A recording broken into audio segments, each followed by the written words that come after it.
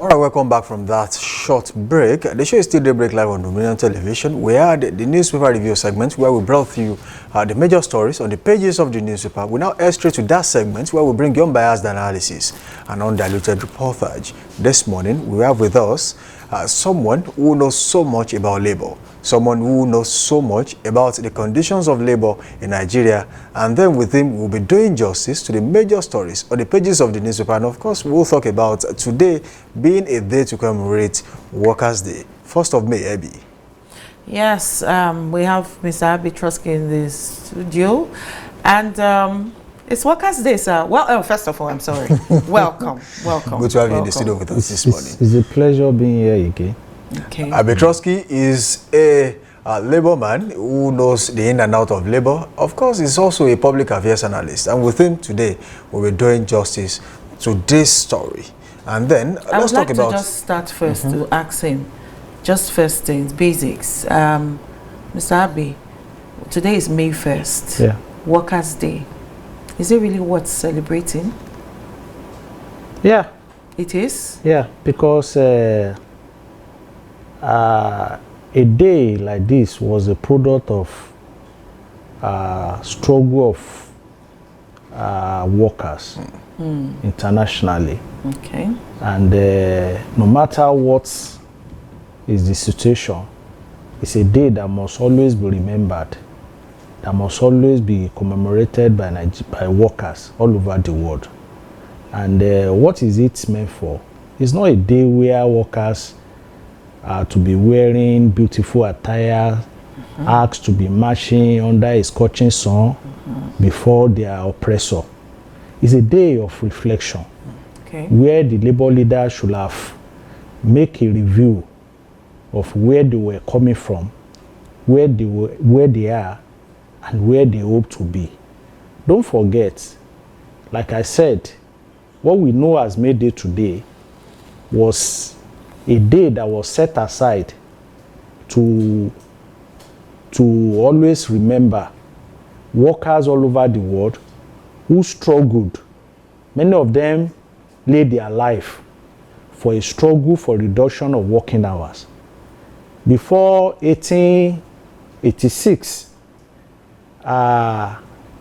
workers all over the world work for 24 hours, no break, no day, no night, without a commensurate remuneration. But workers stood up, no, we are not machine, that we cannot continue this. And that was why they fought that no, the working hour must not go beyond 8 hours. So that workers go to work and leave after the matter of work for 8 hours today was not given, was fought for. And many of them who were involved in that struggle died. It was a serious battle. They were killed by the state.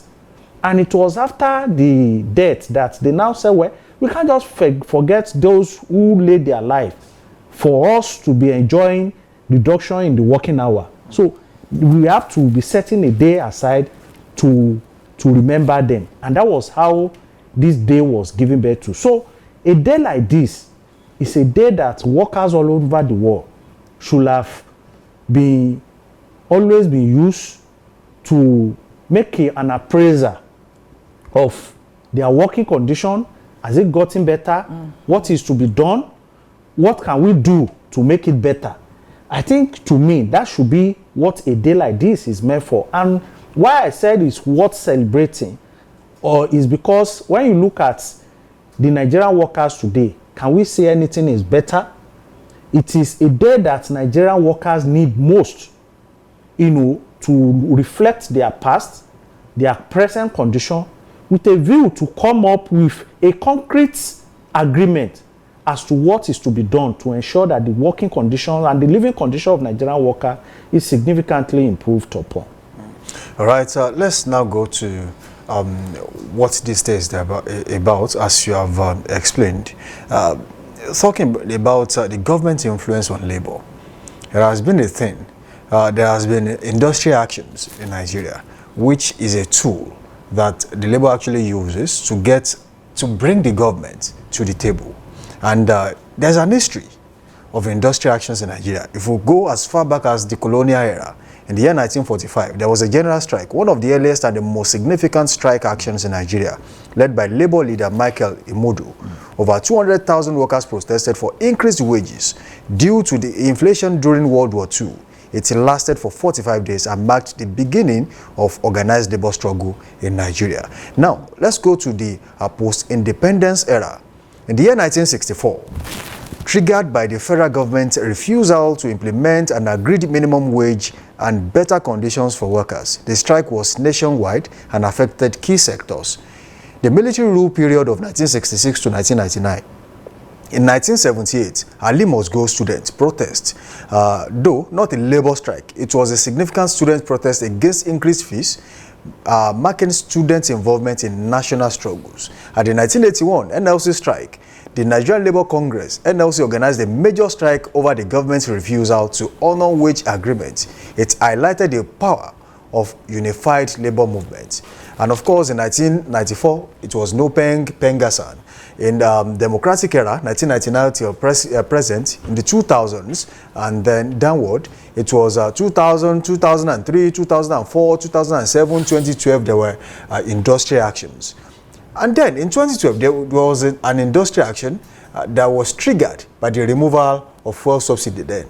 And then it was eventually, talked about, and then it became reduced. They reduced, the removal of fuel subsidy in one way or the other, and then people were still able to go back to their separate works, and then it continued. We have also had ASU strike.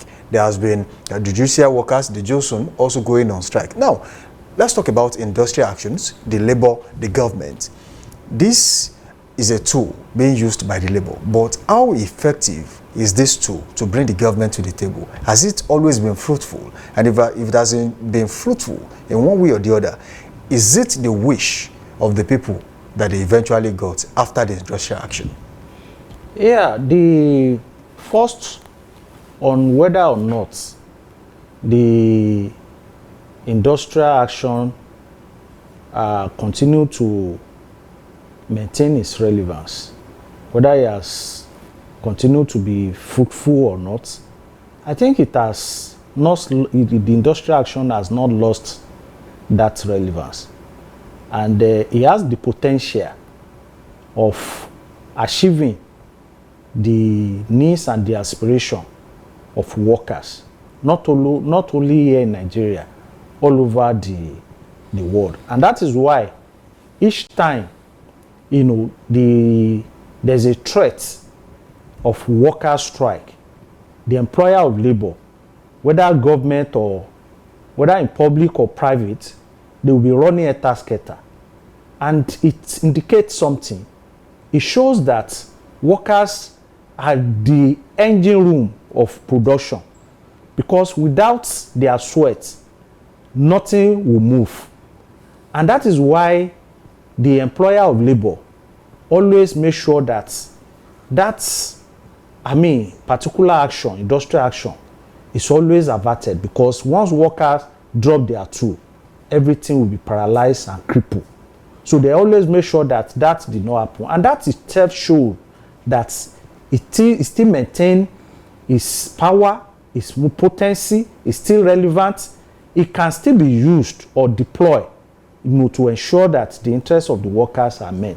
But why that has not been happening, in the recent time, it's not because workers are not ready to struggle.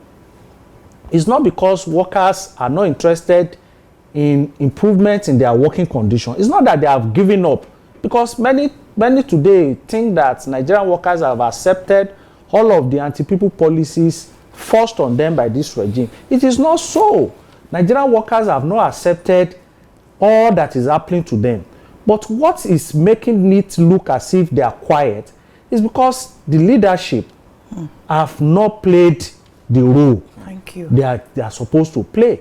And that is why we are in this kind of condition. And I think a day like this, should be a day where Nigerian workers should be used to tell their leadership that they have failed in their responsibility, because they are meant to be providing leadership to agitations and struggle of Nigerian workers, not to be acting like a brake.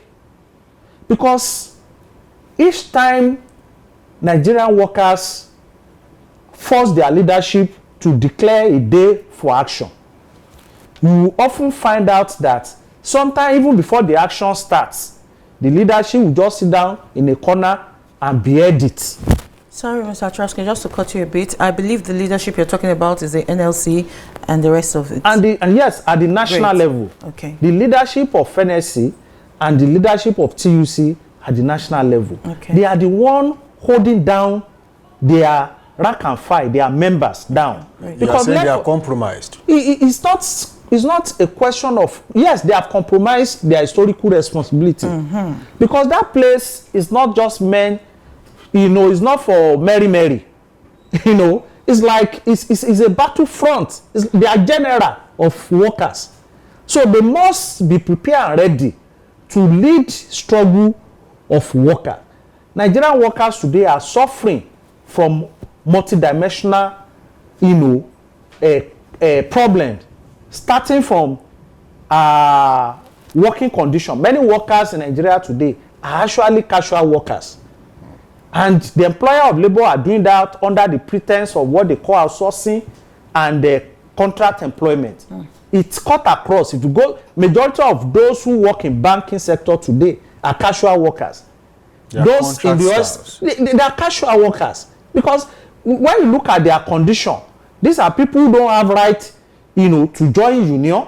Many of them work, we are talking of 8 hours working hour, 8 hours as a working hour, something that has been fought and won as a concession for workers, since 18 something.